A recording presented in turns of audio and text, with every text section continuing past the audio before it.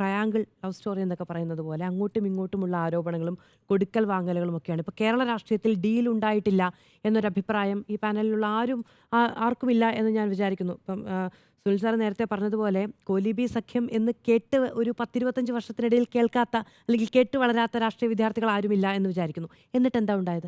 കെ.ജി. വരാർ പുസ്തകത്തിൽ പറയുന്നുണ്ട് രാഷ്ട്രീയത്തിലെ സ്നേഹസാഗരം അല്ലേ?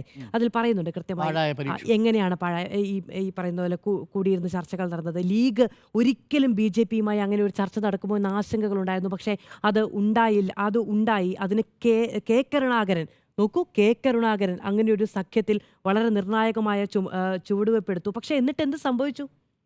എന്താണ് കോലീബിയുടെ അന്ത്യം എന്ന് ബി ജെ പി പറയുന്നത്? സത്യസന്ധത കാണിച്ചു, കോൺഗ്രസ് ലീഗും വലിച്ചു. ഓക്കെ. പക്ഷെ ആർക്കാണ് വിജയമുണ്ടായത് എന്നുള്ളതാണ്. അപ്പം ഇങ്ങനെയുള്ള സഖ്യങ്ങളൊക്കെ നടക്കുന്നുണ്ടെങ്കിലും അടിസ്ഥാനപരമായി തീരുമാനിക്കുന്നത് ആരാണ്?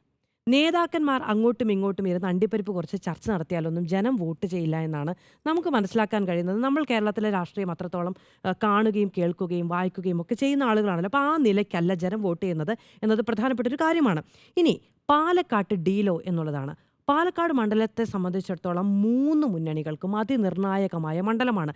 തീപ്പൊരി പാറുന്ന മത്സരമാണ് കഴിഞ്ഞതിൻ്റെ മുൻപത്തെ തവണയും 2021 ശേഷം 2024 നടന്ന ഉപതെരഞ്ഞെടുപ്പിലും നമ്മൾ കണ്ടത്. അവിടെ ആരാണ് പണിയെടുക്കാതിരുന്നത്? പിന്നെ ബി.ജെ.പിയുടെ ഇടയ്ക്ക് അങ്ങോട്ടും ഇങ്ങോട്ടും കുറച്ച് പണി ഉണ്ടായത് എന്നുള്ളത് സത്യമാണ് കഴിഞ്ഞ തവണ. കാരണം കൃഷ്ണകുമാറായിരുന്നല്ലോ സ്ഥാനാർത്ഥി. സ്വാഭാവികമായും അങ്ങനെ. അത് ഇത്തവണയും അവിടെ പ്രതീക്ഷിക്കാം. എന്തുകൊണ്ടാണ്? ശോഭാ സുരേന്ദ്രനാണ് അവിടെ കാൻഡിഡേറ്റ് ആവുന്നത്.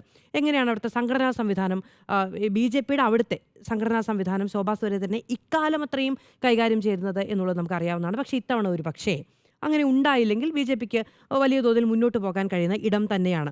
ഇവിടെ ഈ ഡീൽ എന്ന ആരോപണം ഉന്നയിക്കപ്പെടുമ്പോൾ അങ്ങനെ ഉണ്ട് എന്ന് ഞാൻ വിചാരിക്കുന്നില്ല. പക്ഷേ അങ്ങനെ ഒരു ആരോപണം ഉന്നയിക്കാനുള്ള ഗ്രൗണ്ട് എന്ന് പറയുന്നതിൽ ഏറ്റവും പ്രധാനപ്പെട്ടത് എന്താണ്? കഴിഞ്ഞ തവണ സരിൻ രാഷ്ട്രീയ പാർട്ടി മാറി വരുന്നു. സരിന് വേണ്ടി അവിടുത്തെ സംഘടനാ സംവിധാനം മുഴുവനും പണിയെടുക്കുന്നു. ഏത് സരിന് വേണ്ടിയാ? ഇത്രയും കാലം നിരന്ന് നിന്ന് CPM-കാർ ചീത്ത വിളിക്കുകയും സൈബർ ഇടത്ത് വലിയ പോര് നടത്തുകയും ചെയ്ത അതേ സരിനു വേണ്ടി വലിയ പ്രവർത്തനം നടത്തുകയാണ്. അത്രമേൽ ഈ പറയുന്ന പാർട്ടിക്ക് വേണ്ടിയിട്ട് അവിടെ നേതാക്കളില്ലാഞ്ഞിട്ടാണോ? DYFയുടെ പ്രധാനപ്പെട്ട നേതാക്കൾ അവിടെയില്ലേ? CPM-ന്റെ പ്രധാനപ്പെട്ട നേതാക്കളില്ല. അവരൊക്കെ മാറി നിന്ന് സരിൻ വരുന്നു, മത്സരിക്കുന്നു. 2000 വോട്ടിൻ്റെ വ്യത്യാസമാണ് അവിടെ C. കൃഷ്ണകുമാറും P. സരിനും തമ്മിലുള്ളത്. 39,000 വോട്ട് കൃഷ്ണകുമാറിനും 37,000 വോട്ട് P. സരിനും. 18,000 വോട്ടിനാണ് രാഹുൽ മാങ്കൂട്ടത്തിൽ അവിടെ ജയിക്കുന്നത്. 18,840 വോട്ടിനാണ് ജയിക്കുന്നത് എന്നുള്ള. അപ്പോൾ അങ്ങനെ നിന്ന ഒരു മണ്ഡലത്തിൽ ഇത്തവണ പാർട്ടി ചിഹ്നത്തിലൊരു സ്ഥാനാർത്ഥി നിൽക്കുന്നില്ല.